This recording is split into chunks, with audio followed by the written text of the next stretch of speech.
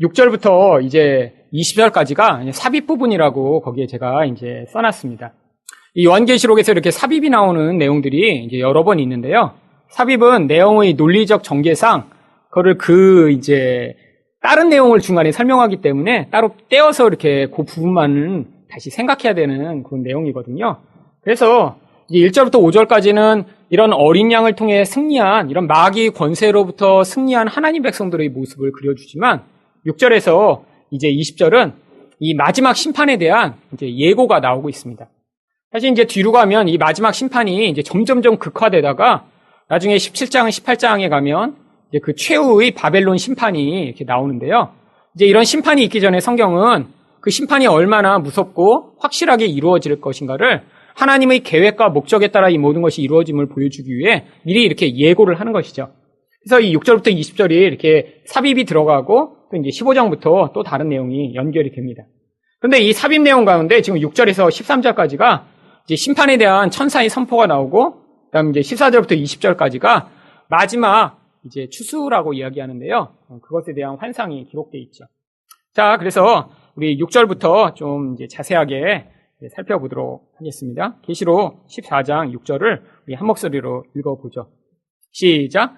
또 보니 다른 천사가 공중에 날아가는데 땅에 거주하는 자들 곧 예전에 어느 복음을 가졌더라. 아멘. 자, 이 천사가 공중을 날고 있다라고 합니다. 물론 우리가 이제 생각하는 대로 이 천사들이 뭐 날개가 있어야 꼭 이제 공중을 나는 건 아니고요. 이제 이 세상 가운데 이렇게 자유자재로 모든 영역을 움직일 수 있음을 보여주는데 사실 이 공중이라고 하는 표현은 성경에서 잘 사용하지 않는 표현입니다.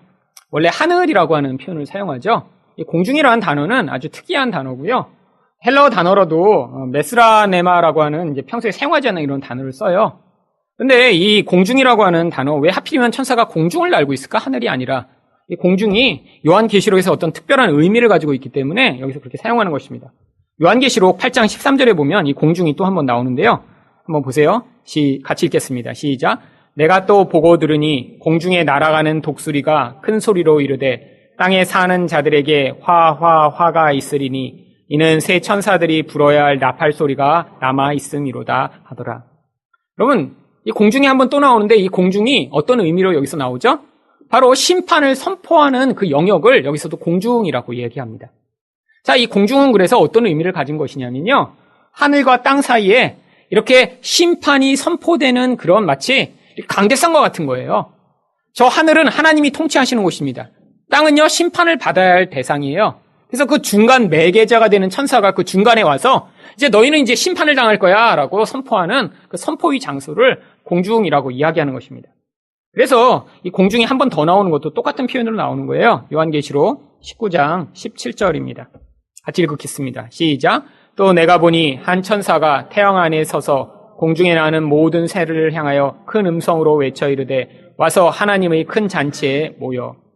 이 새들도 공중은 공중을 알고 있는데 이 공중이 바로 심판을 거행하는 곳이기 때문에 거기서 명령을 받아 이제 땅에 와서 이 악인들을 지금 심판하는 모습으로 그려지고 있는 것이죠.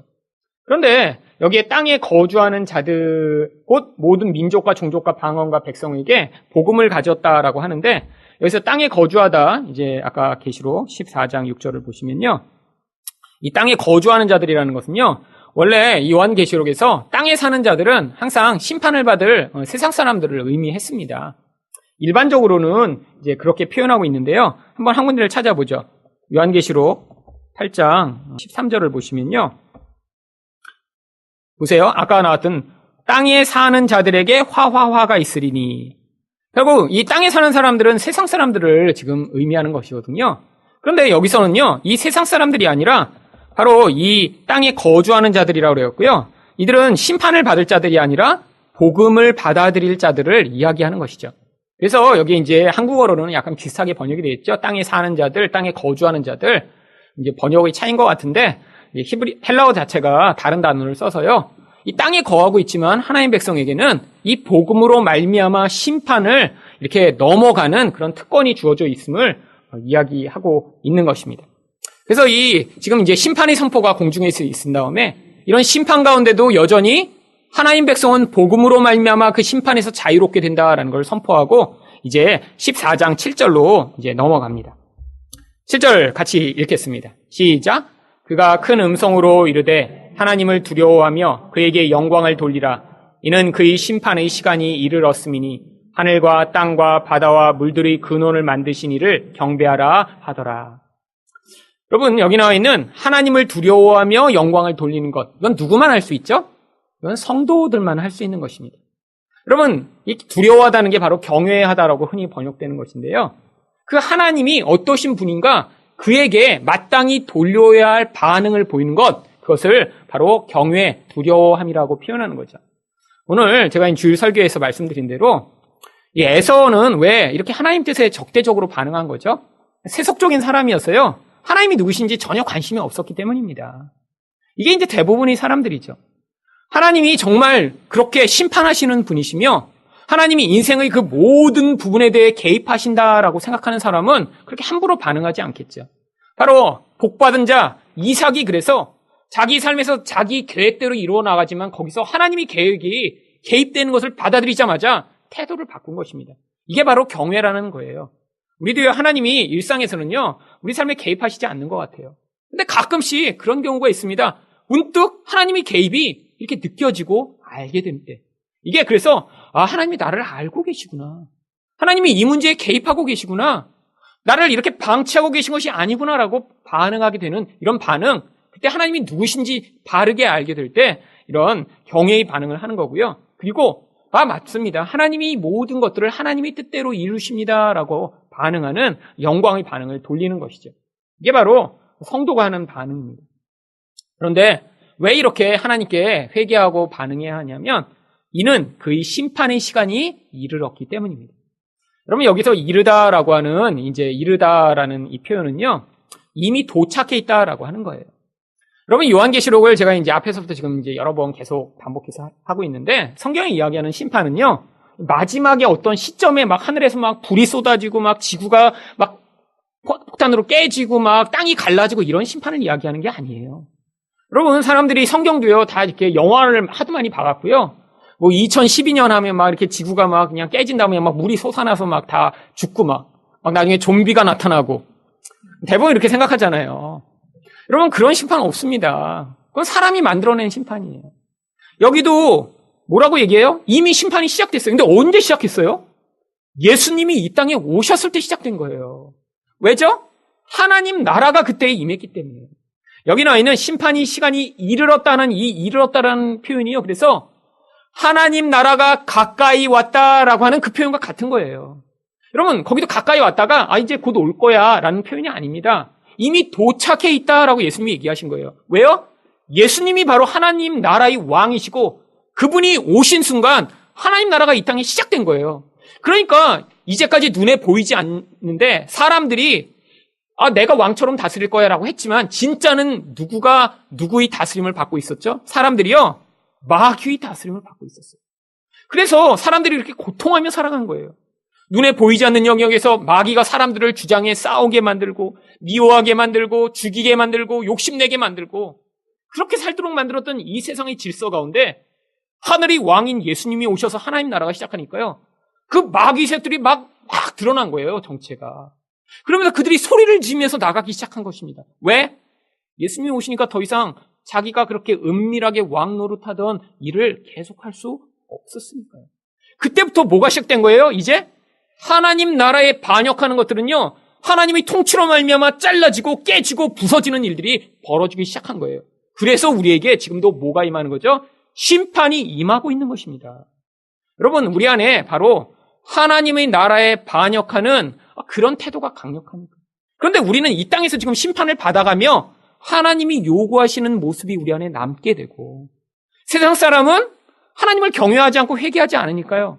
이 세상에 살면서 여전히 자기 마음대로 살다가 마귀의 노예된 채로 사는 삶을 죽기까지 하다가 그냥 죽으니까 그때 영원한 심판을 받게 되는 것이고 여러분 결국 그래서 여기서 이 심판의 시간이 이르러 지금 우리에게 하나님 나라가 지금 이미 시작된 거고 그래서 여러분 그랬기 때문에 우리는 지금 안전한 것입니다. 여러분 지금 만약에 전 세계에 이렇게 막 핵폭탄이 막 여러 개가 터지면 지구가 이제 여러 번 깨질 거 아니에요. 그러면 두려우세요? 그러면 그때 박수를 치며 가면 돼요. 우리 안에 정말 하나님 나라가 이미 시작됐으면요. 그런 세상이 사라지는 곳 가운데 하나님이 우리 생명은 보존하실 수 있는 거잖아요. 그러니까 이게 감사한 것입니다. 그러니까 이 북한에서 핵폭탄 만들었다고 막 우리가 벌벌 떨고 집에 이제 방공호 만드시고 그러지 마세요. 사실 한국 사람들 얼마나 두려움에 시달려요. 북한에서 뭐가 했다 그러면 그냥 라면이 동나잖아요. 한국에. 사람 안에 이 자기가 기반 두고 있는 이 국가, 정치가 무너지면 내 인생도 끝날 거라고 하는 그 두려움이 있으니까. 여러분, 하나님의 백성은 거기서 벗어나야 되는 거예요. 내 인생의 종말이 되는 그날이 어떤 날이에요? 바로 이 고난의 인생을 벗어버리고 하나님을 만나게 되는 그날이에요. 여러분, 죽음이 두려우세요? 여러분, 아직 그 하나님의 은혜가 여러분 안에 진짜 지금 자리 잡고 있지 않은 거예요. 여러분, 김정은이 아무리 수소폭탄 만들고 그래도요, 하나님이 권세 아래 있습니다. 하나님이요, 다 다스리고 계세요. 근데 어떻게 다스리냐고요? 핵폭탄과 수소폭탄을 하나님이 없애는 방식으로 다스리는 게 아니라 그걸 가지고 있더라도 결국에는 그걸 통해 하나님 백성들은 구원받고 자기 욕망에서 벗어나게 되고 하나님처럼 닮게 되는 도구로 사용하실 거고요. 그리고 세상 사람들은 두려움과 욕망에 매어 살다가 멸망당하고 심판당하는 방식으로 다스리고 계신 거예요. 여러분, 그래서요, 하나님이요, 어떤 때는 이런 악마와 같은 그런 지도자들이 통치하는 것도 허용하시는 거예요. 왜? 그런 사람들을 다스려도요, 하나님 백성은 무릎 꿇게 만들 수 없거든요. 그래서 로마의 시대에 300년이나 그렇게 로마의 압제와 무서운 통치가 있었지만 예수 그리스도를 믿는 자들은 그 무서운 통치를 꿰뚫고 일어나 복음으로 말미암아 거기서 그들이 살았던 것이죠. 여러분, 그 다음 또 보죠. 여기에 보면요, 이렇게 하나님을 두려워라고 하는데 우리 하나님에 대해서 뭐라고 설명하냐면 하늘과 땅과 바다와 물들의 근원을 만드신 이를 경배하라고 이야기합니다. 여러분, 이 요한계시록이 아주 여러 번 얘기하는 게 우리 하나님이 창조주시다라고 얘기하는 거예요. 보세요. 하늘, 땅, 바다, 물, 세상을 구성하고 있는 모든 것들을 얘기하는 거잖아요. 근데 왜 하나님이 이 모든 것들을 만드셨다고 자꾸 얘기하죠? 바로 우리 하나님이 창조주 하나님이시기 때문에 지금 이런 심판의 과정을 통해 너희를 새롭게 재창조하시는 그런 분이시다라는 걸 우리에게 가르쳐 주고자 하는 것입니다. 여러분, 바로 이제 이 창세기 들으신 분은 성경 탐구 생활에 이 재창조, 새창조 제가 이제 여러 번 말씀드렸잖아요. 이제 시간이 지나면 또 잊어버리니까 이제 오늘 한번 다시 반복해 보죠. 자, 맨 처음에 하나님 만드신 거를 첫 창조라고 합니다. 그런데 하나님이 이 첫 창조는 뭘 위한 밑그림으로 만드신 거냐면 바로 이 재창조를 위한 밑그림으로 만들어내신 거예요. 그런데 이 재창조는 뭐의 일부냐면 새창조의 일부입니다. 새창조는요, 단순히 사람만이 아니라 전 존재를 향한 하나님의 계획이 완전히 완성돼서 새 하늘과 새 땅까지 다 만들어지는 것까지 새창조라고 얘기하고요. 재창조는 특별히 그 가운데 하나님의 백성을 향한 하나님의 창조의 능력이 개입된 것을 재창조라고 얘기하는 거예요. 그래서 우리는 나중에 어떻게 될 거예요? 새 창조가 된 그 세상 안에서 재창조된 자로, 그런 우리도 그게 새 창조예요. 그래서 살아갈 거죠. 그래서 세상 가운데 어떤 일이 있어도 걱정하시지 않아도 돼요. 하나님이 새 창조하고 계신 거고요. 그 일을 지금 준비하고 계신 거고요. 우리 인생 가운데는 지금 뭐 하고 계신 거예요? 첫 번 만들어진 그 모습으로 사는 게 아니라 우리 안에 예수 그리스도로 말미암아 새로운 생명을 집어넣으셔서 하나님 우리를 새로운 자로 지금 만들어가고 계신다고요. 그래서 이 과정을 누가 하신다? 하나님이 하신다는 걸 보여주기 위해 우리 하나님이 이것도 만드셨다, 저것도 만드셨다, 우리 하나님은 창조주다라고 지금 반복해서 성경이 이야기해주고 있는 것입니다. 자, 그래서 8절을 또 한번 가서 보죠. 같이 읽어보겠습니다. 시작. 또 다른 천사 곧 둘째가 그 뒤를 따라 말하되 무너졌도다 무너졌도다 큰 성 바벨론이여 모든 나라에게 그의 은행으로 말미암아 진노의 포도주를 먹이던 자로라 하더라. 이 바벨론의 심판에 대해서는 이제 17장과 18장에 자세하게 설명하고 있습니다. 그런데 미리 한번 이렇게 예고해 놓는 거예요. 여러분, 성경에서 구약 성경에도 이 바벨론 심판에 대해서 미리 여러 번 예고합니다. 왜 예고하죠? 아까 말씀드린 대로요. 하나님이 뭐 이렇게 어떤 심판이나 이런 걸 그냥 임의대로 하시지 않는다는 거예요. 다 계획 안에서 그 모든 게 다 담겨 있다는 것입니다.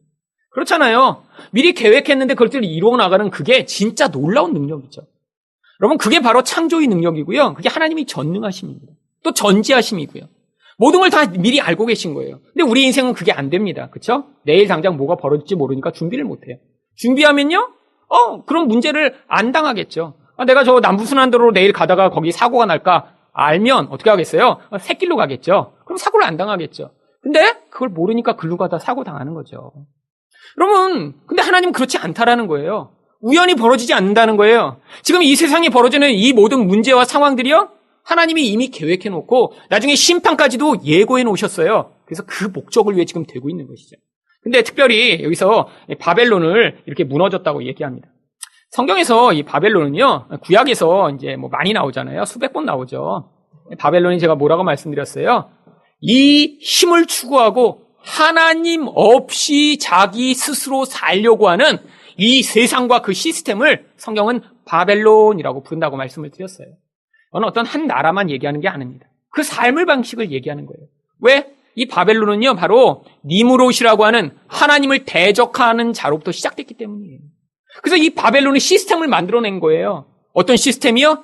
사람을 영시하고 힘을 영시하고 그것들을 우상화해서 내가 세상에서 큰 자가 되고 높은 자가 되고 하나님 없이 부자가 돼서 그걸 가지고 이 세상을 넉넉하고 불안하지 않고 살게 만들려는 이 세상의 시스템이에요. 여러분, 그런데 하나님이 그 시스템을 어떻게 하신다고요?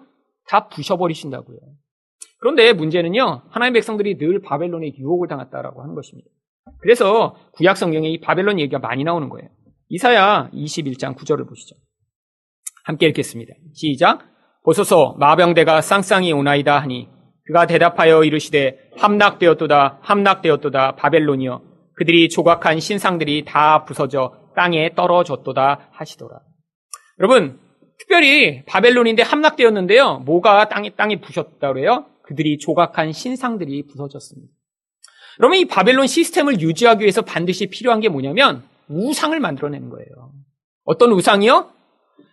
우리 힘으로 안 되거든요. 그러니까 어떤 도움과 힘을 받으면 그게 나의 인생의 큰 축복과 힘이 돼서 나를 이런 불안함과 두려움 가운데 벗어나게 해주고 나를 풍요하게 해줄 것이라는 그런 우상의 대상을 만들어 놓는 거예요.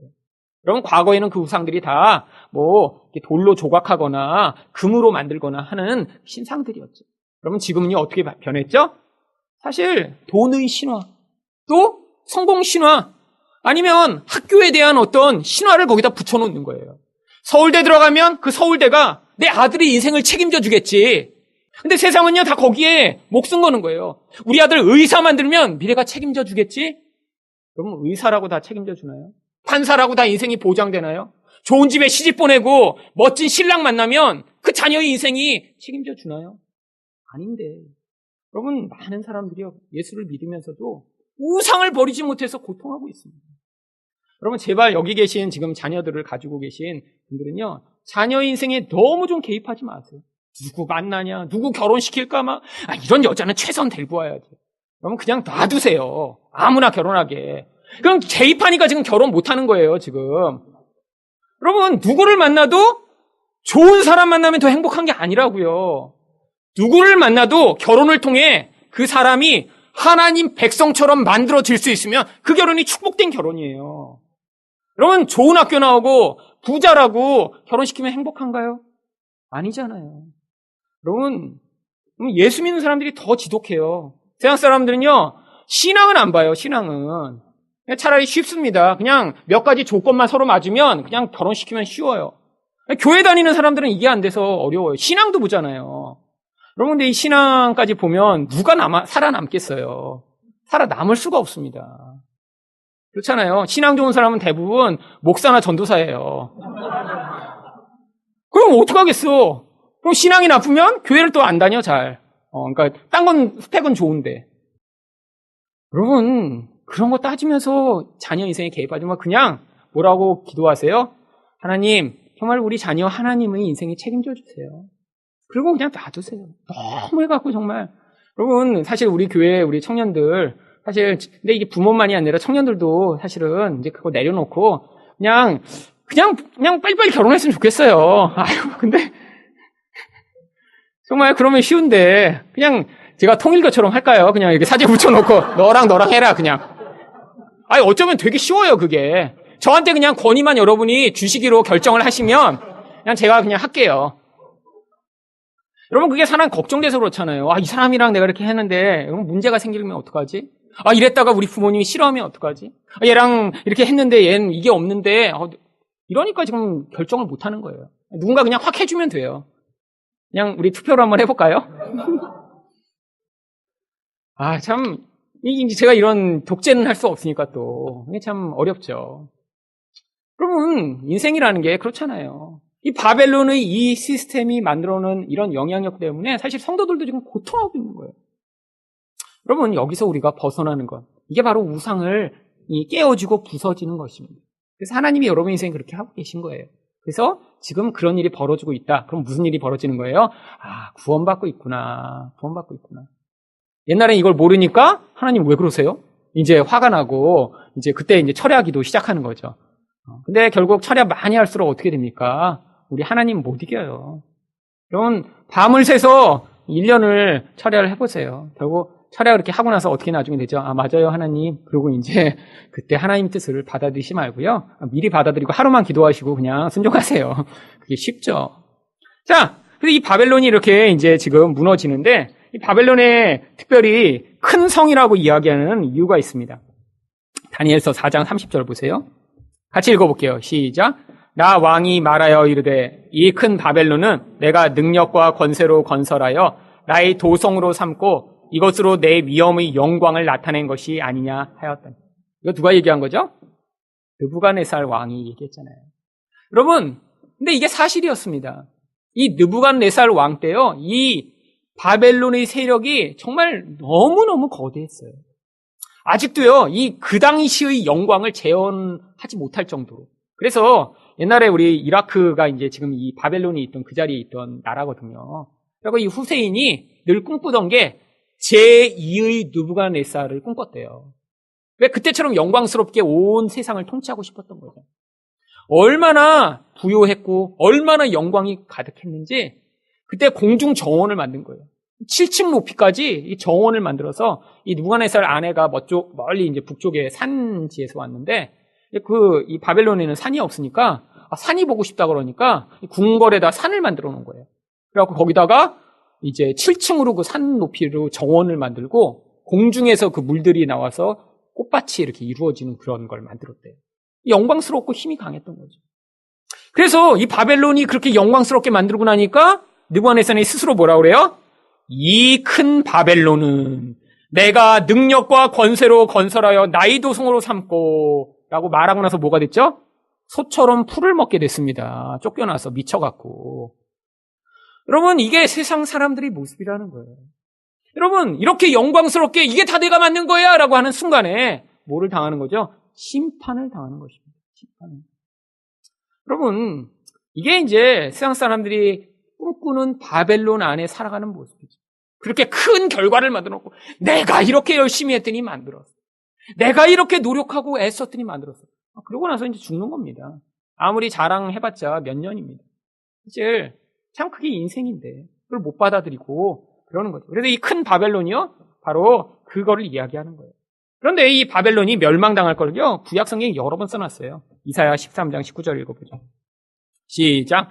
열국의 영광이요 갈대아 사람의 자랑하는 놀이개가 된 바벨론이 하나님께 멸망당한 소돔과 고모라와 같이 되리니. 소돔과 고모라는요, 하나님의 심판을 받은 대표적인 도시죠. 그런데 바벨론이 어떻게 된다고요? 소돔과 고모라처럼 됩니다. 그러면 이 예언의 말씀대로 실제로 바벨론 얼마 되지 않아 무너졌습니다. 이 느부갓네살이 그렇게 영광스럽게 만들었는데요, 바로 다음 때에 무너졌잖아요.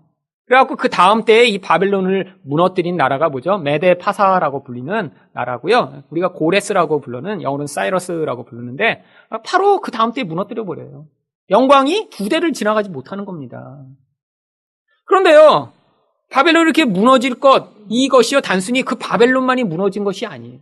신약 성경에서는 누구를 바벨론이라고 부르죠? 로마를 바벨론이라고 부르죠.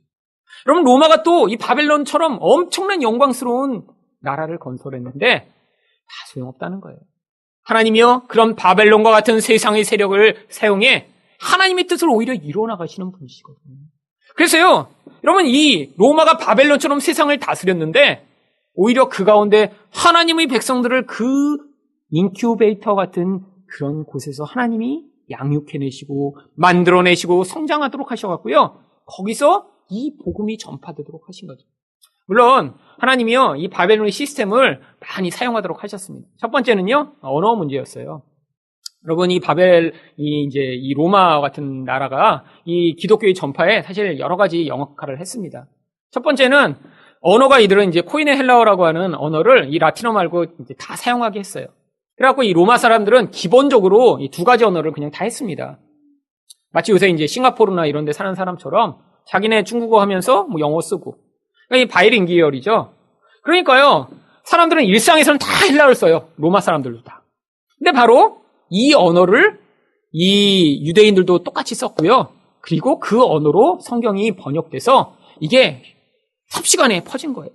만약에 언어가 다 여러 개를 썼고 만약에 이 로마가 지배하면서 이들한테는 막 이 헬라어를 못 쓰게 하고 막 로마어를 쓰게 하고 막 이랬으면 이 성경이 이렇게 퍼지는데 어려움이 있었겠죠. 또한요, 이 로마가 강력하게 통치했기 때문에요. 사실 여행이 자유로웠습니다. 여러분, 고대에는요, 지금처럼 여행 아무나 다닐 수가 없었어요. 사실 이 중세에 이제 여행을 다니는 그런 여행기들이 가끔씩 있는데 중세에 여행을 다니는 게 쉽지 않은 건요. 나라와 이런 상황들이 이렇게 치안이 안정되지 않았기 때문에요. 여행을 간 사람들이 살아서 돌아오는 경우가 거의 없습니다. 나갔다 그러면 거의 대부분 죽어요. 그래서 이 중세의 여행기를 쓴 어떤 여행기를 제가 읽었는데 그 결론이 그거예요. 이 사람이 이렇게 오랫동안 여행을 다니면서도 죽지 않고 여행을 마쳤다니. 그게 제일 놀라운 거예요. 어떻게 이렇게 오래 다니면서 죽지 않았을까? 대부분은 가다가 사라지는 거예요. 그런데요, 당시에는요, 치안이 안정되어 있는 거예요. 그러니까 바울과 이런 전도팀이 여러 번 여행을 해도요, 괜찮았던 거예요. 그리고요, 도로가 다 정비가 되어 있습니다. 왜? 군대를 빨리 보내야 되기 때문에, 물류가 빨리 흘러가야 되기 때문에 도로를 아주 엄청나게 만들어놨는데요. 여러분, 로마에 가시면 뭘 보실 수 있냐면 이 2000년 전에 로마가 만들었던 그 도로가 아직도 그대로 사용되고 있어요. 그럼 우리나라 같으면 꿈도 꿀 수 없는 얘기죠. 10년 전에 만들어놓은 고속도로 지금도 계속 공사하잖아요. 여러분, 근데 신기하잖아요. 도를 만들어서 이렇게 했는데 알고 보니까 단순히 돌을 쌓아서 도로를 만든 게 아니라요.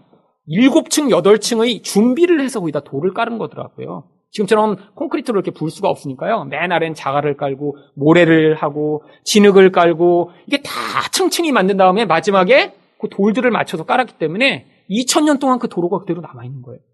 그러니까 여행하는 게 괜찮은 거예요. 복음이 전파될 수 있었어요.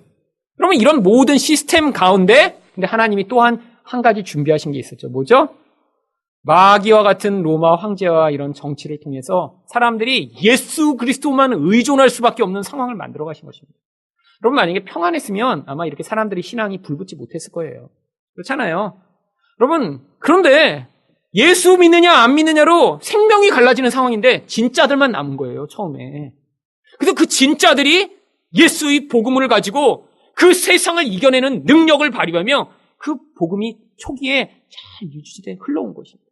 근데 언제부터 이 기독교가 막 휘청거리면서 혼란이 생기기 시작했죠?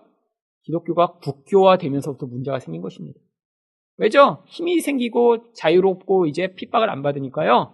생명에 머물러 있는 게 아니라 다른 것들로 자기들의 자랑과 힘을 삼으려고 하는 순간에 그 순간 그 힘을 잃어버린 거죠. 구약의 바벨론은 정말 그 고대에 있었던 제국들 가운데 가장 영향력이 있고 큰 나라 중에 하나였습니다. 아수르를 무너뜨리고 이제 이 바벨론 제국이 세워졌는데요. 이미 아수르가 있을 당시부터 바벨론과 계속 경쟁 상대였지만 나중에 이 느부갓네살이라고 하는 왕이 등장한 다음에 이 바벨론의 영향력이 이 온 세상을 다 통치하는 영향력으로 나타나게 됐죠. 물론 이 바벨론의 뒤를 이은 그 영향력을 의 측면에서 나라가 바로 로마이기 때문에 그래서 신약 성경에서 바로 이 로마를 이제 바벨론이라고 은유적으로 이렇게 부르고 있는 것입니다. 그러니까 바벨론이 어떤 한 나라를 지칭하는 것이 아니라 이제 이런 세상의 영향력을 가진 그런 영향력을 이야기하는 것이죠. 그래서 이 바벨론을 그냥 바벨론이라고 부르지 않고요. 큰 성 바벨론 이렇게 부릅니다. 왜 또 하필 바벨론에다가 성이라고 하는 말을 붙였을까요? 왜냐하면 이 성이라고 하는 존재는 바로 하나님을 대적한 가인이 맨 처음에 쌓은 바로 이 가인의 성 에녹으로부터 말미암았기 때문입니다. 여러분, 성을 왜 쌓죠? 바로 자기를 보호할 그런 수단으로 성을 쌓는 것이죠. 근데 혼자서 성을 쌓을 수가 있나요? 불가능합니다. 물론 담장은 쌓을 수 있죠. 담장은. 네. 근데 성을 쌓았다는 건 결국 자기와 동조하는 사람들을 가지고 있어야 되고요. 그들을 또 동원할 수가 있어야 되고요. 그런 영향력을 미칠 수 있어야 성을 쌓을 수가 있습니다. 그래서 결국 맨 처음 성을 쌓은 가인도 자기 아들을 동원해서 그 성을 쌓고요. 그 성의 이름을 그래서 나를 보호하는데 너는 평생 헌신해서 살아라 라고 해서 그 아들의 이름 또한 성 이름과 같은 에녹이라고 지은 것이죠. 그래서 이 성의 역사가 바로 하나님의 대적의 역사가 계속 연결돼 나오는 것입니다. 그러니까 성경에서 이렇게 어떤 한 단어를 이렇게 쓸 때요, 그냥 뭐 이게 바벨론이 큰 성이니까 큰 성이라고 붙이고, 뭐 옛날에 나왔으니까 바벨론이라고 붙이고가 아니라 그런 배경 안에서 이해하라고 큰 성 바벨론 이렇게 붙이는 것이죠. 그러면 이런 의미에서 지금도 큰 성 바벨론이 여전히 우리 삶에 존재하고 있는 것입니다. 물론 옛날처럼 이렇게 우리가 성을 쌓지는 않죠. 물론 근데 이제 저기 아주 부자 동네에 가면 담장이 엄청 높더라고요.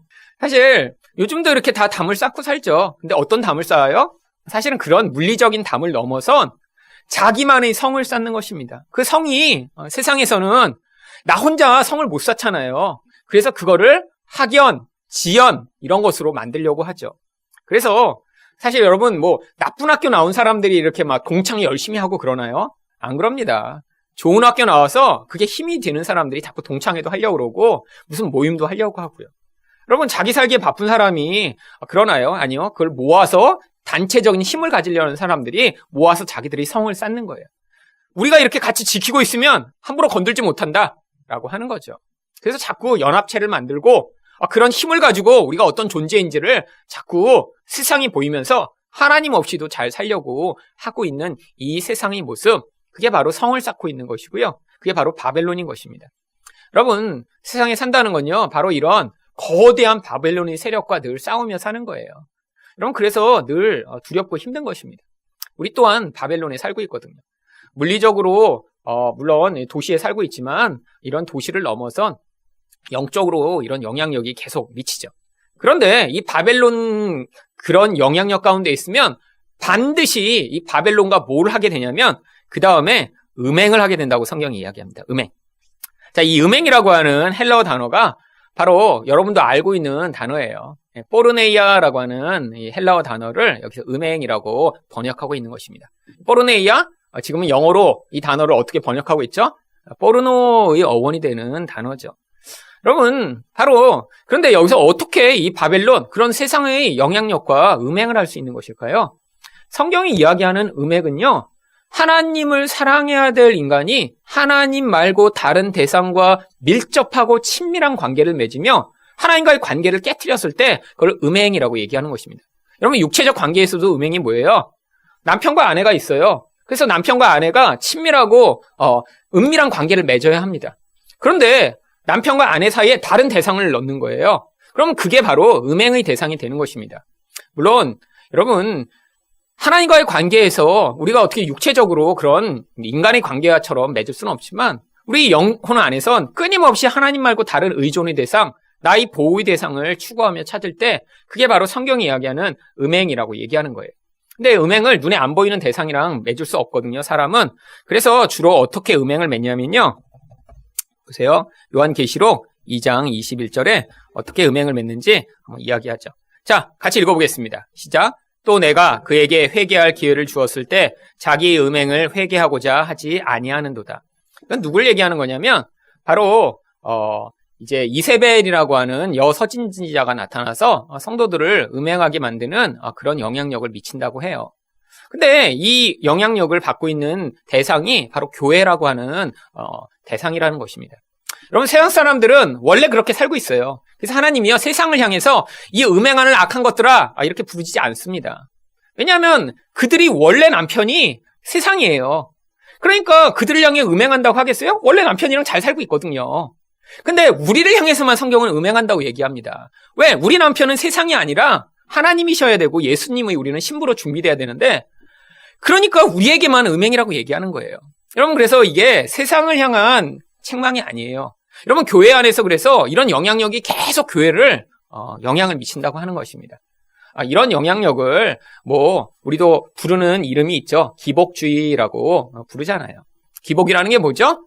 어떤 대상을 통해서 내가 원하는 종류의 복을 얻어내고자 하는 태도를 기복주의라고 하는데, 성경에서는 그걸 다른 말로 음행이라고 표현하는 것입니다. 여러분, 그래서 이 교회 안에 끊임없이 이 싸움이 있는 거예요. 여러분, 어떤 싸움이요? 하나님 말고 자꾸 다른 것을 의존할 수밖에 없도록, 또 의존하는 것을 유혹받도록 자꾸 유혹하는 영향력이요. 근데 사람은요, 영향을 받게 되어 있습니다. 자꾸 들으면 그런 것 같아요.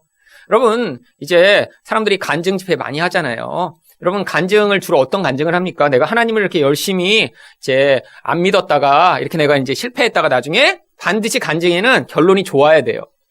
했다가 이렇게 하고 이제 내가 회개를 했더니 하나님이 복을 주셔서 이렇게 사업이 크게 잘 부흥했다. 이렇게 내가 간증이 되지. 이렇게 내가 이렇게 하나님을 향해 열심히 마음을 돌이켰더니 여전히 망한 채로 이렇게 살고 있습니다. 여러분, 이제 그 사람 간증 집에 못 나옵니다.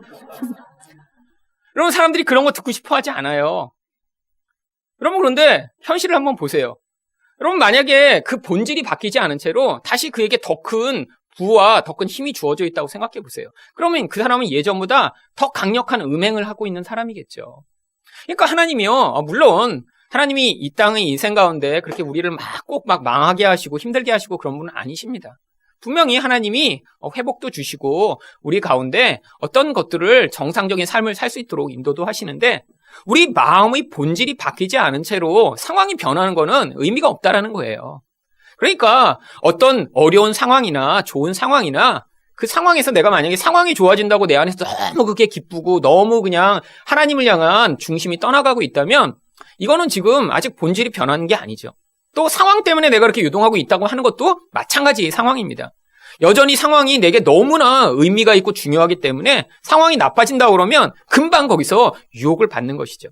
그래서 사람들은 당장의 상황에 대한 그런 마치 빨간 약을 발라주시듯이요, 문제 해결책을 이렇게 간단하게 주는 걸 훨씬 더 좋아해요. 네가 기도하면 이렇게 어려운 문제 하나님이 기도 응답해 주십니다. 이런 말씀을 들을 때 사람들이 훨씬 더 아멘이 크게 나오고요. 이 과정이 그냥 쭉 오래 계속돼서 본질이 바뀌도록 변하지 않을 것입니다. 그러면 아무도 아멘 안 해요. 여러분, 이 땅의 인생을 너무 여기에서 내가 정말 얻어내는 그것을 하나님으로부터 얻어내는 것이 마치 축복이고 기적이라고 생각하는, 이게 바로 음행의 영향을 받고 있는 것입니다. 여러분, 하나님은요, 여기서 우리에게 기회들을 주시는 거예요. 어떤 사람은 60년, 80년, 젊은 사람들은 이제 100년. 근데 제가 생각할 때 100세 인생인데 훨씬 더 불행한 것 같아요. 앞으로 갈수록. 여러분, 100년 동안이나 여기서 그걸 훈련받고 가야 되면 저 같으면 일찍 가겠어요. 빨리. 여러분, 불행합니다. 그렇잖아요. 빨리 하고 어차피 영원히 살 거. 여러분, 그렇잖아요. 훈련소에 가면, 이제 군대에 가면 뭐를 사람들이 다 기대하죠? 빨리 훈련을 마치고 복귀하는 걸 원하죠. 부대로. 근데 훈련이 그냥 막 이렇게 길어.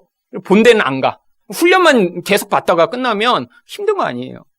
제가 있을 때 이제 이 목사님들 중에 이제 군종 목사님들이랑 이제 제가 이제 교제를 했는데, 그 군종 목사님들이 이제 훈련을 6개월 받았다고 하더라고요. 그래도 장교라.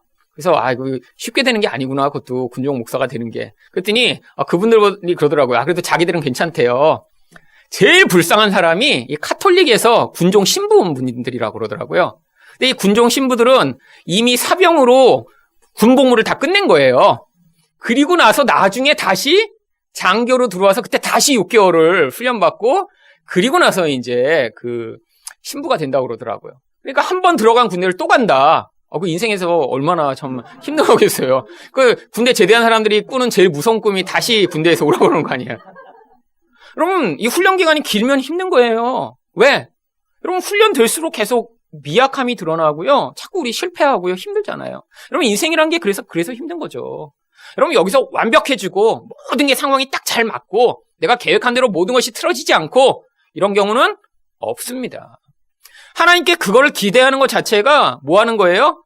하나님 말고 상황으로 내 삶을 안정되게 해달라고 계속 요청하는 음행의 기도를 하고 있는 거예요.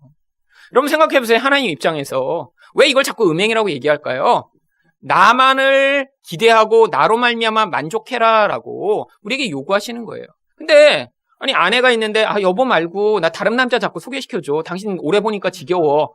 그럼 남편이 그래? 그럼 딴 남자 뭐 괜찮은 젊은 남자 찾아줄까? 이런 남편은 잘못된 남자잖아요. 아니 진짜 제가 이제 이번 주에 책을 읽는데 그런 남편이 있더라고요. 결혼 10주년 기념 선물로 다른 젊은 여자를 데려오라고 아내한테 시킨 거예요. 근데 이 여자가 결혼하고 나서 성경을 어떻게 배웠냐면 남편에게 순종하라 이렇게 늘 배운 거예요. 근데 여기서 갈등이 벌어지기 시작한 거예요. 그때까지 계속 남편 말을 다 들은 거예요. 그러니까 결혼 10주년 선물로 그 다른 여자를 데리고 오라고 그러니까 이 여자가 이 남편의 말에 순종을 하자니 이건 좀 이상한 것 같고 또 순종을 안 하자니 내가 또 하나님 말씀에 거역하는 것 같고 그래서 정신과 의사를 찾아갔더라고요. 이걸 어떻게 해야 되냐고. 근데 이 정신과 의사가 크리스찬 정신과 의사라 이제 거기다 해답을 줬죠. 남편에게 순종하되 그게 하나님의 뜻 안에서 순종하는 거지 저렇게 하나님의 뜻과 잘못된 것에 무조건 순종하는 게 아니라고. 여러분 하나님도 마찬가지예요. 우리가 하나님을 향해 이제 좀 하나님이랑 친해진 것 같으니까 하나님 이제 하나님 말고 딴 거 주세요. 딴 거. 그럼 하나님이 그래? 기도 열심히 했으니까 너한테는 줘야겠네. 지금 이게 이상한 거잖아요. 그러니까요 여러분 하나님이 우리 삶에 진짜 필요한 거는 우리가 막 열심히 기도한다고 주시고 기도 안 하면 안 주시고 그게 아닙니다. 그 사람의 삶과 역량에 따라 필요한 만큼 주고 계신 거예요. 지금 안 주신다 그러면요 목적이 있다라는 거예요. 목적이 하나님이. 그러니까 그거에 자꾸 유혹받다 보면요 내 본질이 변화될 기회를 놓쳐버리는 거죠. 여러분 삶마다 다 지금 충분히 주어진 것도 있고요. 안 주어진 것도 있어요. 그렇잖아요. 우리 젊은 사람들은 우리 여기 학생들은 뭐가 주어져 있어요. 시간이 충분히 주어진 우리 학생들 많이 있잖아요. 그래서 그렇게 충분히 주어지는데 또 뭐가 안 주어졌어요? 자기 돈이 안 주어지니까 시간은 많은데 놀러를 못 가. 그게 이제 인생의 아이러니죠. 근데 또 나이 드신 분은 뭐예요? 돈은 이제 좀 있어요. 근데 시간이 없잖아요. 그리고 이제 더 나이 드신 분은 돈도 있고 시간이 있는데 몸이 안 따라. 이게 그냥 늘 인생이 뭔가 부족합니다, 계속. 처음부터 그걸 다 갖고 있는 사람 부럽죠? 근데 그게 부러운 게 아니라니까요. 여러분, 그렇게 모든 걸 다 갖고 있어요. 젊은데 시간도 많고 돈도 많고 체력도 따라. 그럼 대부분 뭐예요? 나쁜 짓 하고 돌아다닙니다. 강남에 그래서 새벽에 가면요. 술 처먹고 거기서 좋은 차 타고 거기서 오바이트 하는 애들 그냥 길에 널려 있는데 걔네들이 다 시간 많고 돈 많고 능력 있는 애들이잖아요. 여러분, 하나님을 찾을 수 없는 그런 기회, 젊어서 주어졌다? 이게 재앙인 거예요, 재앙. 여러분, 그러니까요. 여러분, 지금도 마찬가지입니다. 여러분, 젊을 때 내가 이렇게 열심히 하면 하나님이 내 인생을 이렇게 착착착착 해서 좋은 사람 딱 만나고, 가정도 안정되고, 미래도 탁 이렇게 돼서 은퇴하니까 그냥 모든 게 그냥 탁 이렇게 맞아 떨어졌다. 여러분, 이게 지금 하나님을 제대로 만나는 게 아니라, 반대로 가다가 그냥 정말 죽을 것 같구나. 그랬다가 이제 기도도 열심히 하게 되고 막 이렇게 왔다 갔다 하다가 보니까 내 안에서 이렇게 내가 하나님 말고 다른 이제 애인이 많았네. 이렇게 발견하고 애인 한 명씩 이제 물에 빠뜨려 죽이고 그다음 다시 예수 붙잡고 이렇게 가는 거예요. 인생이라는 게. 여러분 그래서 지금 여러분 신앙이 성장하실수록 그동안 붙어있던 애인들 많이 그래도 정리하신 거고요. 아직 신앙이 지금 이렇게 충만하지 않은 분은 지금 애인들이 너무 많아서 아직 지금 이제 주님이 일주일에 한 번 만나는 애인이고 평일날 애인이 각각 따로 있어. 이런 사람들 많아요. 그러니까 갈등이 되는 거죠. 여러분 근데 그게 괜찮습니다. 여러분 그냥 아예 세상을 신랑으로 섬기고 있으면요 갈등이 없잖아요. 근데 갈등이 있다는 것 자체가 괜찮아요. 여기는 이 갈등이 있는 것 때문에 마음이 고민하는 사람도 있습니다. 그렇잖아요. 나 이렇게 주일날 오면 내가 이렇게 일주일 또 못 살았는데 이렇게 교회 와도 되나? 괜찮아요. 그러고 오는 거예요. 나중에는 이제 한 명 한 명 정리하고 나면요. 자기가 정리 못 합니다. 하나님이 개입하셔야죠. 어떻게 정리해요? 그게 자기 본질인데요.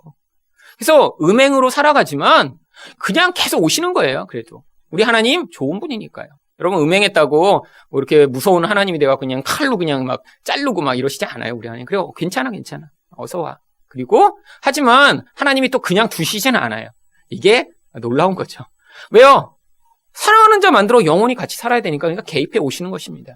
그래서 삶으로 하나님이 직접 개입해 오시기 전에 말씀으로 여러분 영혼 안에서 하나님과의 관계를 위해 몸부림을 치실수록 삶이 파괴되고 깨어지는 과정이 적게 나타나고요. 그렇다고 아주 없을 수는 없는 것 같아요. 여러분 인생에 그런 거 기대하지 마세요. 제가 살아보니까 신앙생활 열심히 하고 기도 많이 할수록 삶이 참 그냥 평안하면서 쫙 저도 옛날에 그렇게 기대했거든요. 그러니까 미래에 벌어질 이 두려움을 걱정하면요, 결국 이 자꾸 마귀가 유혹하는데 딸려갈 수밖에 없어요. 근데 그렇게 딸려가는 자들이 인생에서 나타나는 결과가 요한계시록 9장 21절에 뭐라고 나오죠? 같이 읽어보겠습니다. 시작. 또 그 살인과 복술과 음행과 도둑질을 회개하지 아니하더라. 여러분, 여기 나와 있는 이 내용들은요, 뭐 감옥에 갇힌 자들이 행하는 그런 얘기들을 얘기하는 게 아니라 세상과 음행하는 그런 사람들의 삶에서 반드시 나타날 수밖에 없는 그런 영적 결과들을 얘기하는 것입니다. 살인은 뭘 얘기하는 거죠? 바로 다른 사람과의 관계가 깨어져서 미워할 수밖에 없는 삶을 살 수밖에 없는 그런 인생을 이야기하는 거예요. 그러면 세상과 짝겠다는 건 뭐죠? 세상이 눈에 보이는 힘을 열망하고 그걸 내가 갖기를 원하는 거예요. 근데 그런 힘을 갖고자 하는 순간 뭐가 생겨요? 내 주변에 있는 사람들이 경쟁자가 되는 것입니다. 여러분, 부모가 재산을 많이 남겨도요, 그 재산에 이렇게 관심이 있는 자녀들이 많으면요, 결국에는 깨지게 되고 서로 미워하게 되고요, 소송하게 되고 분열되게 되죠. 근데 대부분 재산을 남기면 반드시 그러더라고요. 거의 대부분 그래요. 거의. 그게 바로 힘을 추구하는 자들이고요. 복술은 뭐예요? 여러분, 복술은 신을 조종해서 내가 원하는 어떤 것을 얻어내고자 하는 특별한 방법을 복술이라고 부르는 것입니다. 여러분, 모든 종교인들은요, 다 복술의 방법을 가지고 있어요. 어떤 방법이요? 40일 기도, 천일 새벽 기도, 작정 기도. 여러분, 새벽 3시에 정화수 떠놓고 거기서 비는 방법, 이런 게 다 복술인 거예요. 남들은 잘 못해요. 여러분, 천일 하루도 빠지지 않고 기도해 보신 적 있으세요? 웬만한 사람 못하는 특별한 방법이에요. 어떤 사람이 했어요. 근데 그렇게 한 사람들이 또 뭐가 있어요? 간증을 어디서 들었어요. 내가 이렇게 천일을 기도했더니 아들 못 낳던 우리 그냥 아들 내가 그냥 아들을 그냥 쌍둥이를 낳았다고. 그러면 그냥 그게 특별한 방법이 되는 거죠. 하나님을 움직여야 되는데요, 내가 가서 기도 몇 번 하고 그랬더니 안 들어주시는 것 같은 거야. 근데 내게 뭐가 필요해요? 이 땅에서 이런 힘이 필요한 거예요. 세상의 힘. 지금 바벨론이랑 음행을 하고 있으니까 그게 너무 매력적이야. 그러니까 그거를 이런 특별한 종교적인 방법으로 얻어내려고 하는 것. 이게 바로 복술인 거예요. 여러분, 그래서 세상 사람들이요, 뭐 종교가 없다고 복술을 안 해요? 미신을 섬기잖아요, 미신을. 엄청나게 미신을 섬기죠. 뭐 배 하나 이렇게 건조해놓고 돼지머리 드리고. 그래도 요즘은 이제 많이 없어진 것 같아요. 제가 어렸을 때는요, 동네에 자동차 새로 사고도 고사 지내는 집 여러 집 있었어요. 그래서 저도 가서 돼지고기 얻어먹고 그랬거든요. 차 샀다고 그것도 차 이제 잘 운행하게 해달라고. 두려움이 많은 거죠. 그래서 그런 특별한 방법들을 통해서 내 인생에서 두려움을 피하고 원하는 복을 얻어내고자 하는 이 태도. 음행은 여기까지 설명드렸고요. 도둑질이요? 도둑질도 당연히 하게 되어 있는 것입니다. 들키지만 않으면. 여러분, 이게 인간의 마음이에요. 여러분, 그런데 어때요? 회개를 못하는 거예요. 세상 사람은요, 이게 잘못됐다는 생각을 못하니까, 아니 행위 자체보다 그 근원 안에 있는 이 음행이 얼마나 악한 것인가를 깨닫지 못하니까 절대로 회개를 못하는 거예요. 여러분, 회개는요, 영적 반응입니다. 내가 했던 도둑질, 그 행위 자체를 안 하는 게 아니에요. 내 본질 안에서 이렇게 내가 힘을 추구하고 그걸 사랑하고 하나님 대신에 너무 의존하고 있다라는 사실을 고백하며, 하나님, 이 더러운 행위, 이거 내가 끊어버리게 해주세요라고 하는 그 본질을 회복하는 게 회개의 반응이죠. 여러분, 그래서 결국 이 바벨론과 음행을 하면요, 이런 악한 행위를 반드시 하게 되어 있고요. 여러분 가운데도 여전히 지금 바벨론을 정말 사랑하는 분들이 계실 수 있어요. 이거는 어쩔 수가 없어요. 뭐 나이 들었다고 바벨론이 점점 싫어지나요? 아니요. 나이 들으면요, 이 안정을 더 많이 추구하기 때문에, 젊어서는 기본적으로 돈이 없기 때문에 이 세상이 별로 이렇게 굉장히 적대적이에요. 그래서 이제 젊은 사람들은 주로 기호 2번을 찍는 거예요.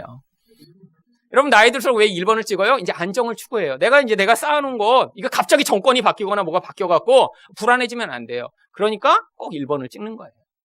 여러분, 여기 있는 분, 그래서 젊은 사람들은 앞으로 또 이번 선거에도 2번을 대부분 찍으실 거예요. 그 다음에 나이 드신 분들은 대부분 1번을 찍겠죠. 여러분, 이게 여전히 세상이에요. 세상 안에 우리가 살고 있고 영향을 받고 있는 거죠. 그 본질을 회개하셔야 돼요. 이 회개를 안 하면 무슨 일을 당한다고 아까 기록했냐면 8절 다시 보죠. 이렇게 음행을 하면 뭘 해요? 진노의 포도주를 먹게 된다는 거예요. 진노의 포도주를. 여러분, 그래서 이 포도주는요, 성경에서 한편으로는 하나님이 주시는 기쁨을 이렇게 상징하죠. 근데 또 한편으로는 피를 상징합니다. 그래서요, 진노의 포도주, 그냥 포도주가 아니라 이렇게 앞에 진노가 붙으면요, 심판으로 말미암아 다 몸이 으깨지고 터져갖고 죽는 것을 얘기해요. 여러분, 뭐 진노의 피를 먹인다 이렇게 표현한 것보다 은유적인 표현이죠. 그래서 이 진노의 포도주가 이 구약 성경에 원래 나오는 걸 이걸 가져온 거예요. 에레미야 25장 15절을 보겠습니다. 잘못 입력했네요. 에레미야 25장 15절 같이 읽어보겠습니다. 시작. 이스라엘 하나님 여호와께서 이같이 내게 이르시되 너는 내 손에서 이 진노의 술잔을 받아가지고 내가 너를 보내는 바 그 모든 나라로 하여금 마시게 하라. 에레미야는요, 하나님의 명령을 받고 세상을 향한 심판을 선포합니다. 이 세상이 결국 뭘 받아 마시게 될 거예요? 하나님이 진노의 술잔 가운데 있는 그 포도주를 마시게 될 거예요. 왜요? 피를 질질 흘리고 이제 심판을 받아 죽게 된다는 것이죠. 그런데 왜 이게 또 무슨 은유로 연결되냐면요. 호세아 4장 11절 12절에 보시면요. 같이 읽어보죠. 시작. 음행과 묵은 포도주와 새 포도주가 마음을 빼앗느니라. 내 백성이 나무에게 묻고 그 막대기는 그들에게 고하나니 이는 그들이 음란한 마음에 미혹되어 하나님을 버리고 음행하였음이니라. 그러면 이 포도주가 결국 쾌락의 도구잖아요. 그래서 이 음행과 결국 이 포도주가 이렇게 하나님 말고 다른 것들을 추구하는 인간의 음란함, 영적 음란함을 비유하는 것으로 설명되고 있는 것입니다. 진노의 포도주를 마신다는 게 결국 자기가 쾌락의 도구로 사용하던 그것에 의해 자기가 파괴되고 망하게 될 거라는 거예요. 여러분, 이게 바로 세상에서 힘을 추구하는 사람들이 결국 당하게 되는 것입니다. 여러분, 어떤 것을 많이 의존하면요, 결국 그게 그 사람을 깨트리고 망하게 해요. 여러분, 사기당하는 사람들이요, 원래 돈에 별로 관심이 없는 사람은 사기를 안 당합니다. 근데 막 어디가 1%더 높은지, 어디가 그냥 조금 더 가면 이윤을 얻을 수 있는지 그거 맨날 고민하는 사람은요, 이런 사람이 이제 사기당하기 쉬워요. 아니 뭐 그냥 왜 그런데 난 안 넣어놓을래? 그냥 은행에 정기적금 낮아도 넣어놓을래? 그런 사람은 사기 안 당하죠. 근데 어디 1%나 더 준대? 이래 갖고 돈을 홀딱 뺀 사람들이 이미 이제 사기꾼에 넘어간 거고요. 결국 그러니까 자기가 의존하는 그것에 너무 의존이 되면요, 쉽게 그 영향력에 왔다 갔다 하다가 그게 자기를 심판하는 도구가 된다는 거예요. 결국 여기에서 바로 그 이야기를 해주는 것입니다. 그래서 결국 세상 가운데 이 바벨론과 음행을 하고 있으면 그 음행의 영향력으로 자기 인생이 결국 여기서 그 음행을 이제 제거당하는 인생을 살아야 되니까 이제 고통스러운 인생이라는 거죠. 근데 하나님이요, 그렇게 해서라도 우리를 데리고 가서 여기서는 호세아의 아내처럼 살지만 나중에는 정말 예수만을 온전히 사랑하는 그런 예수님의 신부로 살도록 바꾸어 주신다는 거예요. 세상 사람들은 결국 그냥 이제 세상과 작게 살다가 끝나는 거고요. 자, 그래서 이제 계시록 14장 9절을 또 보도록 하겠습니다. 같이 읽도록 하죠. 시작. 또 다른 천사 곧 셋째가 그 뒤를 따라 큰 음성으로 이르되 만일 누구든지 짐승과 그의 우상에게 경배하고 이마에나 손에 표를 받으면. 여러분, 그런데 이 음행하고 있는 그런 영적 구체적인 경배의 모습을 여기에 이렇게 표현하고 있는 거예요. 짐승과 그의 우상에게 경배하고 이마에나 손에 표를 받는 행위로. 여러분, 이 내용은 이미 이제 13장에 나왔던 내용이죠. 요한계시록 13장 8절을 다시 가서 한번 보죠. 자, 모든 자들이 어떻게 되냐면 같이 읽겠습니다. 시작. 죽임을 당한 어린 양의 생명책에 창세 이후로 이름이 기록되지 못하고 이 땅에 사는 자들은 다 그 짐승에게 경배하리라. 여러분, 우리가 세상 가운데 결국 예수님에게 이런 우리 경배를 바꿀 수 있는 게요, 내가 이렇게 열심히 기도를 했거나 내가 이렇게 뭐 특별한 은혜를 받아서가 아니라요, 사실은 나도 원래 불가능한 존재라는 거예요. 그러니까 나 자체에 능력이 있는 게 아니라 결국 하나님의 백성은 그 자리로 돌아올 수밖에 없다라는 거예요. 그런데 이제 뭐 나이가 들 때까지, 죽음의 순간까지 그 기회가 주어지지만 그 죽음의 순간까지 끝까지 이렇게 하나님을 경배할 수 없이 사는 자들은 나중에 결론적으로 보니까 생명책의 창세 이후로 이름이 기록되지 않았다라고 하는 것이죠. 결국 세상에 살면 다 경배할 수밖에 없습니다. 뭐 누구는 하고 누구는 안 하고, 누구는 더 종교적이라 처음부터 막 예수님만 의존하고. 여러분, 겉모습은 달라질지 몰라도요, 본질 안에서는 다 똑같은 거예요. 눈에 보이는 어떤 그런 것을 의존하는 사람도 있지만 여러분 더 무서운 건요. 자기 내면 안에서 은밀한 것을 그렇게 힘으로 삼고 그것을 의존하는 게 사실 더 무서운 것입니다. 그래서 처음부터 이제 어떤 영적인 이런 삶을 살면서 내가 이런 세상의 것에 나는 이렇게 참 자유롭다. 이게 사실 훨씬 더 무서워요. 왜? 그렇게 겉모습으로는 표장할 수 있어도요. 본질 안에 있는 그런 우상숭배적 경향성은 그 안에서 더 깊어질 수 있거든요. 그런데 여기서 아까 나왔듯이요. 계시록 13장 16절에 무엇이 이제 표를 받는 것인지 여기 다시 한번 좀 살펴보죠. 같이 읽겠습니다. 시작. 그가 모든 자, 곧 작은 자나 큰 자나 부자나 가난한 자나 자유인이나 종들에게 그 오른손이나 이마에 표를 받게 하고, 여기 나와 있는 작은 자, 큰 자, 부자, 가난한 자, 자유인이나 종은요, 모든 계층, 모든 종류의 사람들을 다 얘기하는 것입니다. 그래서 대조적으로 써놓은 거죠. 그런데 이 오른손에나 이마에 표를 받는 이유를 뭐라고 말씀드렸나요? 요즘 이제 베리칩을 이렇게 앞으로 받으면 이제 지옥 간다고 얘기하는 사람은 여기가 피하 지방이 가장 얇기 때문에 여기다가 이렇게 칩을 넣으면 이렇게 몸에 이물질 작용이 제일 적대요. 그래서 여기다 넣는다고 그러더라고요. 여러분, 여기 있는 이 이마나 오른손은 뭘 얘기하죠? 이마는요, 생각의 중심을 이마라고 얘기하는 거예요. 오른손은요, 행동의 중심을 얘기하는 거죠. 결국 이렇게 마귀에게 경배하고 사는 사람은요, 생각하는 거나 행동하는 거나 마귀처럼 행동하고 마귀처럼 생각하며 산다라고 이야기하는 것입니다. 그게 바로 666인 거예요. 666이 뭐예요? 하나님의 완전수 777에 모자라는 숫자잖아요. 어떻게 모자라요? 하나님처럼 계속 되려고 해요. 근데 그게 언제부터 시작됐죠? 아담과 하와로부터 시작된 거 아니에요. 너희가 이 선악과를 따먹고 선악을 분별하게 되면 하나님처럼 된다. 여러분, 그래서 인간이 끊임없이 세상과 음행을 하는 중심 동기가 뭐냐면 하나님처럼 되고 싶은 거예요. 내가 약하거든요. 내 힘만으로는 하나님 노릇 못하거든요. 그러니까 세상과 짝해서 여기서 그렇게 하나님 노릇할 수 있는 뭔가를 자꾸 찾았는데 그게 뭐예요? 가장 보편적인 게 돈이고 능력이고 외모고 학력이고 자식이고 이런 것들로 하나님 자리에 서려고 했는데 결론이 뭐라는 거예요?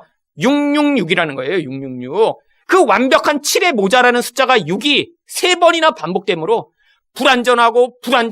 불안전함이 결국엔 그 인생을 파괴하는 결과로 나타나게 된다. 그게 바로 666을 섬기는 모든 사람들이 영적 상태를 이야기하는 것입니다. 그러니까요, 이 666이 뭐 베리칩 받으면 이제 지옥 간다 얘기하는 건요, 이거 참 진짜 무식한 거예요. 사실 왜 무식하냐면 성경에 써놨잖아요. 하나님과 예수 그리스도의 사랑에서 끊을 자가 없습니다. 그럼 만약에 666 받아갖고 뭐 베리칩을 받은 다음에 정말 지옥에 간다면요, 그 베리칩을 우리가 여기다 이렇게 붙여놓고 하나님으로 섬겨야 돼요. 십자가 이렇게 내려놓고 베리칩을 대신 그 자리에 올려놓은 다음에 왜? 예수 그리스도의 십자가의 능력을 깨트릴 만큼 베리칩이 강한 거잖아요. 그거면. 그러니까 그것을 대신 하나님으로 섬겨야죠. 여러분, 사람들이요, 하나님이 주시는 이 구원이 얼마나 강력하고 얼마나 하나님의 주권 안에서 보장되어 있는가를 믿지 못하니까 이런 눈에 보는 것에 벌벌벌 떨며 두려워하는 것입니다. 14장 9절 다시 보죠. 그래서 이마에 표를 받고 경배를 하면 결국 10절에서 어떻게 됩니까? 같이 읽어보겠습니다. 시작. 그도 하나님의 진노의 포도주를 마시리니 그 진노의 잔에 섞인 것이 없이 부은 포도주라. 거룩한 천사들 앞과 어린 양 앞에서 불과 유황으로 고난을 받으리니. 결국엔 이들이 이제 고난을 받는데요. 섞인 것이 없는 부은 포도주를 받게 된다고 합니다. 이 섞인 것이 없는 게요, 바로 도수가 센 그런 술을 얘기해요. 그러니까 바로 이런 하나님의 진노의 심판이 얼마나 무섭고 강한가를 비주적으로 표현한 것입니다. 그런데 하늘에서 불과 유황으로 고난을 받는 이유가 이건 이제 비유적이고 상징적인 표현입니다. 왜냐하면 구약에서부터 이 불과 유황이 하나님의 심판의 도구로 계속 사용됐기 때문이죠. 창세기 19장 24절도 한번 보세요. 같이 읽어보겠습니다. 시작. 여호와께서 하늘 곧 여호와께로부터 유황과 불을 소돔과 고모라에 비같이 내리사. 자, 이거 옛날에도 한번 말씀드렸는데 여기 여호와가 두 분 나오죠? 앞에도 여호와가 있고요, 뒤에도 또 여호와가 있는데 이 두 분이 다른 여호와입니다. 사실 구약에서부터 이미 삼위일체를 이야기하고 있는 거예요. 이 앞에 있는 여호와는 어떤 여호와예요? 아브라함에게 육화돼 성육신하여 나타나신 예수 그리스도를 그분을 여호와라고 부르고 있고요. 지금 하늘에서 이렇게 한 분이 오셨지만 또 하늘에도 여전히 하늘 곧 여호와가 계신 거죠. 그래서 이제 이 땅에 오셨던 사실 천사라고 이제 흔히 비유되는 그게 바로 성육신한 이제 영어로는 incarnated Christ라고 부르는데요. 성육신한 예수 그리스도라고 부르는 거예요. 그런데 유황과 불을 소돔과 고모라에 비같이 내리셨다고 이야기합니다. 결국 이 유황과 불이요 하나님의 심판의 도구예요. 근데 꼭 이걸로만 하나님이 심판하시는 게 아닙니다. 하나님이요 심판의 도구가 많아요. 어떤 때는 우박도 쓰시고요, 어떤 때는 막 물도 쓰시고요. 근데 하나님 꼭 그것만 쓰실까요? 이거 비유라는 거예요. 왜? 인간은요 이런 심판이 내려지면요 감당할 수가 없으니까요. 그러니까 성경에 나오는 이런 심판을 가지고 또 오해하는 사람들은 뭐라 그래요? 이게 불과 유황 이런 게 쏟아지는 게 나중에 핵전쟁이 벌어질 것이다. 여러분 성경은 그런 식으로 해석하는 게 아닙니다. 하나님의 심판의 도구가 무섭다, 피할 수가 없다. 여러분 하늘에서 불과 유황이 떨어지면 누가 살아남겠어요? 세상이 물로 다 잠기면 어떤 사람이 살아남겠어요?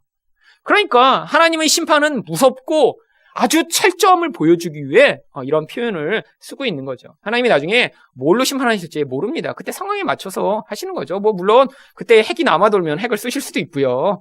뭐 하나님이 가지신 도구는 많습니다. 자, 근데 이것만이 아니라 성경에 이제 이 불과 유황을 가지고 심판이 얼마나 참혹하고 무서운지 여러 곳에서 보여주는데 신명기 29장 23절도 보도록 하죠. 같이 읽겠습니다. 시작. 그 온 땅이 유황이 되며 소금이 되며 또 불에 타서 심지도 못하며 결실함도 없으며 거기에는 아무 풀도 나지 아니함이 옛적에 여호와께서 진노와 격분으로 멸하신 소돔과 고모라와 아드마와 스보임의 무너짐과 같음을 보고 부를 것이요. 이렇게 저주받은 땅이 이렇게 되는데 여러분 이제 이 이스라엘에 성지순례 갔다 오신 분은요 이게 무슨 의미인지 아실 거예요. 사실 그 사해가 있는 지역은요 뭐 사실 풀도 나지 않고요 완전히 정말 죽은 땅이죠. 그래도 이 과학기술이 발전해서 요즘 그 사해에서 진흙 떠다가 화장품 만들어갖고 이제 비싸게 팔아먹는데 그게 사실 수천 년 전에 무너진 소돔과 고모라의 흔적입니다. 다 그게 이렇게 땅으로 돼서 미네랄이 되고 다 그런 거죠. 거기 아마 몇천 년 전에 돌아가신 소돔과 고모라의 사람들의 그 시신도 다 이렇게 섞여 있을 거예요. 다. 그렇잖아요. 그게 다 무너져서 다 이렇게 섞이고 다 거기서 이렇게 가루가 된 거죠. 자, 그래서 결국 얼마나 황무할지를 불과 유황으로 얘기하는 거고요. 이사야 34장 9절도 마찬가지입니다. 성경이 일관되게 이렇게 이야기하죠. 같이 읽겠습니다. 시작. 에돔의 시내들은 변하여 역청이 되고 그 티끌은 유황이 되고 그 땅은 불붙는 역청이 되며. 자, 결국 이렇게 세상과 짝해 결국 세상과 연합하고 하나님을 대적하는 모든 이 세상의 영향력에 대해 하나님이 이런 강력한 심판을 하실 것을 약속하고 있는 것입니다. 이 구체적 내용은 우리가 이제 뒷부분에 더 자세히 보게 될 거고요. 또 계시록 14장 11절을 가보도록 하겠습니다. 같이 읽을게요. 시작. 그 고난의 연기가 세세토록 올라가리로다. 짐승과 그의 우상에게 경배하고 그의 이름 표를 받는 자는 누구든지 밤낮 쉼을 얻지 못하리라 하더라. 여러분 결국엔 이렇게 하나님 말고 우상을 경배하는 자 이 땅에서 잘 사는 것 같죠. 그런데 그렇지 않다라는 거예요. 영적 시각에서 보면요 이 땅의 삶은 찰나입니다. 옛날에 그렇게 영광을 누렸던 그런 왕들 지금 다 뭐하고 있을까요? 금방 그 시간은 지나갔고요. 사실은 하나님을 섬기지 않고 자기를 왕처럼 살려던 모든 자들이 결국 밤낮 쉼을 얻지 못하는 그런 삶을 살게 되는 것이죠. 여러분 이게 이제 심판의 무서운 결국입니다. 하나님 백성에게 주시는 하나님의 복의 핵심적인 내용이 뭐예요? 우리는 밤낮 안식을 누리게 되는 거죠. 하나님이 주시는 그 영원한 안식. 구약 성도들은요 그 안식을 경험하지 못했기 때문에 하나님이 안식일을 통해 잠깐 맛보도록 하신 거예요.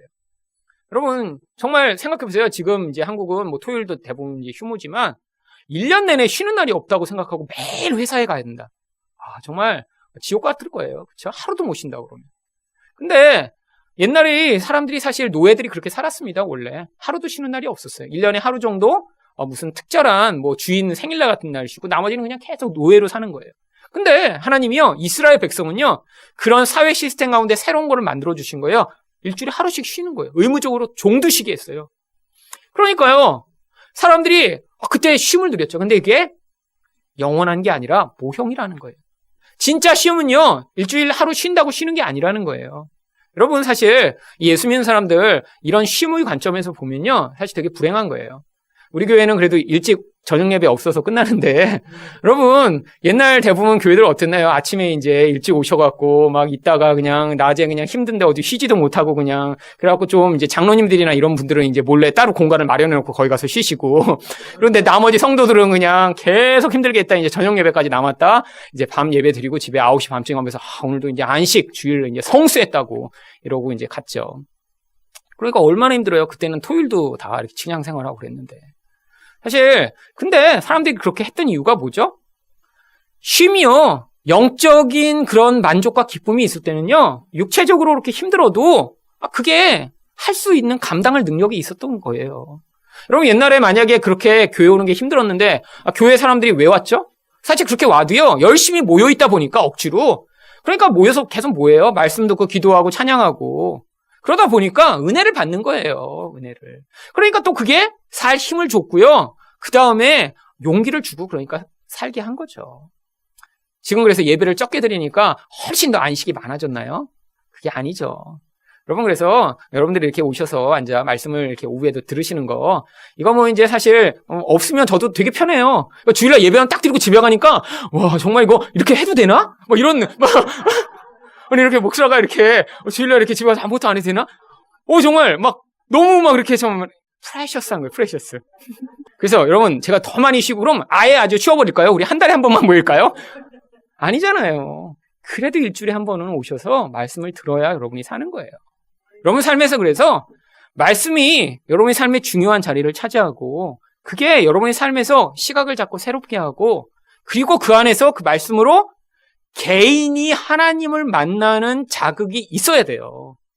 여러분 여기 가운데 지금 이렇게 교회 오셔서 사실 이렇게 몰아서 저한테 듣고 집에 가서 일주일 동안 한 번도 성경 안 보고 개인적으로 한 번도 하나님과 관계를 맺지 않고 오시면요. 사실 안 됩니다. 제가 하는 건요. 여러분이 개인적으로 하나님과 관계를 맺는 지금 밀어주는 역할을 하는 거예요. 밀어주는 거. 자, 근데 이 밤낮 찬양을 할까요? 이게 바로 하나님 백성에게 이제 이 마귀를 섬기는 자들은 밤낮 고통하는데요. 하나님을 찬양하는 하나님의 백성은요. 이 밤낮 하나님을 찬양합니다. 요한계시록 4장 8절을 같이 읽어볼게요. 시작. 네 생물은 각각 6 날개를 가졌고 그 안과 주위에는 눈들이 가득하더라. 그들이 밤낮 쉬지 않고 이르기를 거룩하다 거룩하다 거룩하다 주 하나님 곧 전능하신 이여 전에도 계셨고 이제도 계시고 장차 오실 이시라 하고. 마귀를 섬기던 자들은요. 밤낮 쉼을 얻지 못합니다. 근데 하나님 백성은요. 밤낮 하나님을 찬양해요. 이 밤낮이 오니까 어떤 시간이에요? 그냥 밤과 낮을 얘기하는 게 아니라요. 영원성을 얘기하는 거예요. 영원성. 하나님 백성이 천국에 가면요. 영원히 그렇게 하나님을 찬양하는 자리에 서게 될 것을 이야기하는 것이죠. 근데 어떻게 이런 일이 가능하냐면 요한계시록 7장 15절에 성경이 무슨 약속을 주고 있냐면 같이 읽어보겠습니다. 시작. 그러므로 그들이 하나님의 보좌 앞에 있고 또 그의 성전에서 밤낮 하나님을 섬기매 보좌에 앉으신 이가 그들 위에 장막을 치시리니. 우리가 하나님을 밤낮 영원히 섬기게 되니까요. 그때는 이제 이런 하나님에 대한 찬양과 그것이 가능한 것입니다. 12절을 보도록 하겠습니다. 계시록 14장 12절 같이 읽어볼게요. 시작. 성도들의 인내가 여기 있으니 그들은 하나님의 계명과 예수에 대한 믿음을 지키는 자들이다. 여러분, 이 인내라고 하는 게 성경에 굉장히 많이 나옵니다. 특히 요한계시록에서 많이 나오는데요. 왜 인내가 필요하죠? 이 땅의 삶에서 사실 내가 원하는 그런 안식과 평안함이 쉽게 주어지지 않기 때문이에요. 그리고 눈으로 볼 때요. 사실 이 땅의 삶이 그렇게 나한테 정말 기쁨과 만족을 주는 것처럼 쉽지 않기 때문이죠. 인내는 어려운 걸 견디는 과정이잖아요. 근데 이 인내가 여러 곳에서 요한계시록을 이야기하는데 한 군데만 찾아보죠. 요한계시록 13장 10절입니다. 같이 읽어볼게요. 시작. 사로잡힐 자는 사로잡혀 갈 것이요 칼에 죽을 자는 마땅히 칼에 죽을 것이니 성도들의 인내와 믿음이 여기 있느니라. 여러분, 이거 사실은 이걸 고지고대로 보면 별로 소망 있는 얘기가 아닙니다. 이거 성도들에 대한 얘기거든요. 성도들이 사로잡힐 자는 하나님이 사로잡혔는데 구해주시더라. 칼에 죽으려고 그랬는데 몸이 텅스텐처럼 변해갖고 칼날이 부서지더라. 이렇게 돼 있어야 이 말씀을 읽으면 아멘, 아멘 이렇게 될 텐데 사로잡힐 자는 사로잡혀 가고 칼에 죽은 자는 마땅히 죽을 거다. 근데 이게 성도의 삶에서 벌어지는 일이라는 거예요. 여러분, 왜 이런 거를 약속이라고 해놨죠? 여러분, 성도가 죽어도 잡혀가도 괜찮다는 거예요. 왜? 우리 영적 생명은요, 하늘에 감추인 바 되었기 때문이에요. 이 땅에서 이렇게 죽임을 당한다고 우리 인생이 끝나는 게 아니라는 것입니다. 그게 우리 소망의 이유라는 거예요. 그래서 사실 여기 인내라고 번역된 이 휘포네라고 하는 헬라어는요, 구약 성경에서는 하나님을 바라라, 하나님을 소망하라 라고 하는 소망이란 단어로 번역되던 단어를 신약 성경에서는 인내라고 번역하는 것입니다. 우리가 고통스러운데 억지로 참는 게 아니에요. 여러분, 우리 안에 하나님이 주시는 소망이 있기 때문에 그 소망이 우리로 하여금 이 땅에서 벌어지는 이런 일들을 넉넉히 이겨내게 만드는 힘을 주는 것입니다. 이런 인내는요, 내가 힘든데 억지로 참으면 나중에 폭발합니다. 해보셨잖아요. 여러분, 뭐 막 이렇게 뜨거운 막 이렇게 물이 끓고 있는데 거기다 손을 대고 억지로 참아보세요. 얼마나 참으실 수 있죠? 사람에 따라 피부가 두꺼운 사람은 조금 더 길게, 얇은 사람은 얼마 못 참아요. 여러분, 계속 견딜 수 있나요? 그걸 견딜 수 있으면 그 사람은 나병 환자인 겁니다. 뜨거움을 못 느끼는 병자인 거예요. 그건 참는 게 아니에요. 여러분, 이 땅에서 우리가 고난이 있어요. 아파요. 그렇다고 그걸 참아낼 수 있을까요? 그걸 억지로 참으면 못 견딘다는 거예요. 근데 성도에게는요, 하나님 나라의 소망이 있기 때문에 그 소망이 우리를 죽여도 사로잡히게 해도 이길 수 있게 만드는 능력이 된다라고 하는 것입니다. 여러분, 이 성도가 살아가는 세상이 그래서 우리한테 늘 한때는 유혹을 했다가 한때는 핍박을 했다가 왔다 갔다 하는 거예요. 여러분, 근데 주로 누구를 유혹할까요? 신앙이 약한 사람은 유혹합니다. 그렇잖아요. 여러분, 어린애들 막 때려서 누가 데리고 가려고 그러면 안 가죠. 근데 사탕 하나 이거 아저씨가 줄게, 이리 와봐. 그러면 이제 따라가는 애들. 그렇잖아요. 근데 어른을 잡아갈 때는 그래요? 여러분, 여기 있는 우리 처녀들 이렇게 집에 가는데 어떤 남자 오더니 아가씨 내가 사탕 하나 줄게, 같이 갈래? 따라가요? 아니잖아요. 여자들 잡아갈 때는 이제 무력으로 잡아가죠. 여러분, 마찬가지예요. 마귀가 어릴 때는요, 유혹해요, 자꾸. 주일날 교회 지난주에도 갔는데 또 가. 야, 우리 이번 주엔 재밌는 데 가자. 이게 이제, 우리 청년들. 근데, 신앙이 좀 높아지면 어떻게 돼요? 고난과 핍박이 있는 거예요. 그래서 여러분 삶에서 내가 젊은데 이렇게 고난과 어려움이 많냐 그러면, 이게 신앙이 지금 이제 성숙했구나. 이렇게 생각하시면 돼요. 근데, 이렇게 나이가 들었는데도 자꾸 유혹이 된다. 그러면, 나이만 먹은 거야, 나이만. 신앙은 안 성숙하고. 그러니까 여러분 자기 수준을 아는 거예요. 여러분 세상에 딴 거 없어요. 그냥 이 두 가지예요, 두 가지. 그냥 두 가지 가지고 계속 쓰는 거예요. 요한계시록에도 이 두 가지밖에 없어요. 유혹했다, 핍박했다, 유혹했다, 핍박했다. 그러니까요, 여러분 자기 모습을 이 세상 가운데 보는 것입니다. 자, 그래서 이제 보죠. 그래서 우리가 결국 예수에 대한 믿음을 지키고 이제 해야 되는데 13장, 14장, 13절을 우리 보죠. 자, 그래서 이렇게 인내를 가지면 또 하나님 무슨 약속을 주셨냐면 같이 읽겠습니다. 시작. 또 내가 들으니 하늘에서 음성이 나서 이르되 기록하라. 지금 이후로 주 안에서 죽는 자들은 복이 있도다 하시매 성령이 이르시되 그러하다. 그들이 수고를 그치고 쉬리니 이는 그들이 행한 일이 따름이니라 하시더라. 아멘. 여러분, 이게 우리의 향한 약속이죠. 죽어도 어떻다? 주 안에서 죽으면 괜찮다라는 거예요. 복되다라는 거예요. 이 복이 뭐라고요? 생명이니까요. 여러분, 우리는 죽어도 예수 안에 있는 자는 영원한 생명이 계속 보존된다는 거예요. 그러니까 오히려 죽는 게 어떻다는 거예요? 수고를 그치고 안식하리니. 여러분, 죽지 않으면 안식이 없습니다.